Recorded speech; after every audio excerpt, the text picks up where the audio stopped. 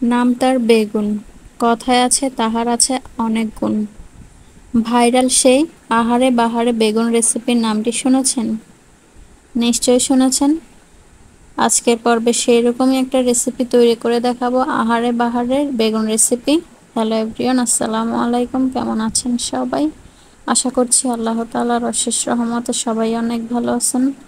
আমরাও আপনাদের দোয়ায় ও ভালোবাসায় আলহামদুলিল্লাহ অনেক ভালো আছি। আজকের পর্বে তৈরি করে দেখাবো লোনা ইলিশ দিয়ে বেগুনের আহারে বাহারে তেলে বেগুনের রেসিপি।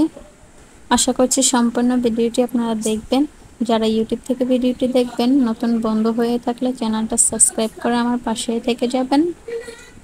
আর যারা ফেসবুক পেজ থেকে দেখবেন, পেজটা ফলো দিয়ে আমার সাথেই থেকে যাবেন। তো এখানে প্রথমে বেগুনগুলোকে কেটে নেব ছোট ছোট করে।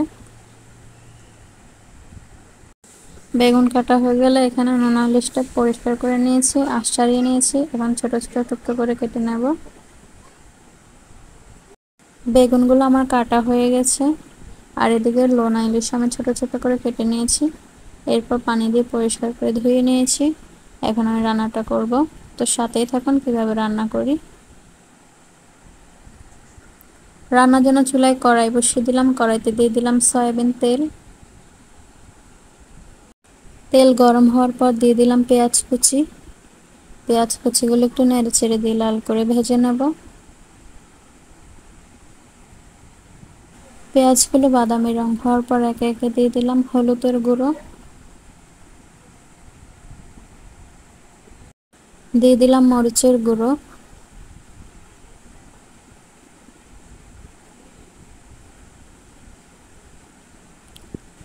দিয়ে দিলাম ধনিয়ার গুঁড়ো,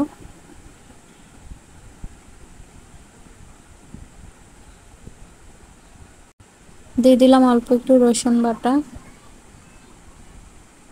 এরপর খুব ভালো করে নেড়ে চেড়ে দিলাম।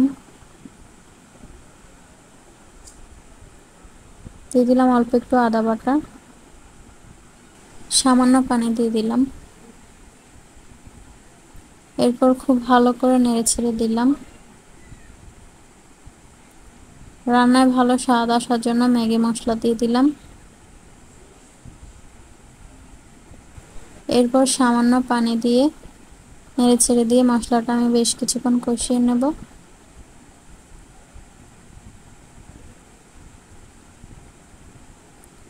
মশলা খুব ভালো করে কষানো হয়ে গেছে। এরপর লোনা ইলিশগুলো দিয়ে দিলাম।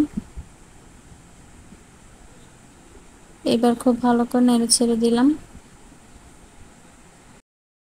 লোনা ইলিশ দেওয়ার পর আমি 2 থেকে 3 মিনিট কষিয়ে নেব।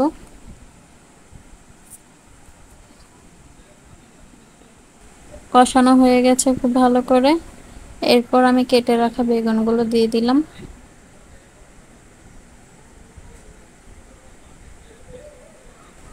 বেগুন দেওয়ার পর আমি খুব ভালো করে নেড়ে ছেড়ে দেব বেগুনগুলো।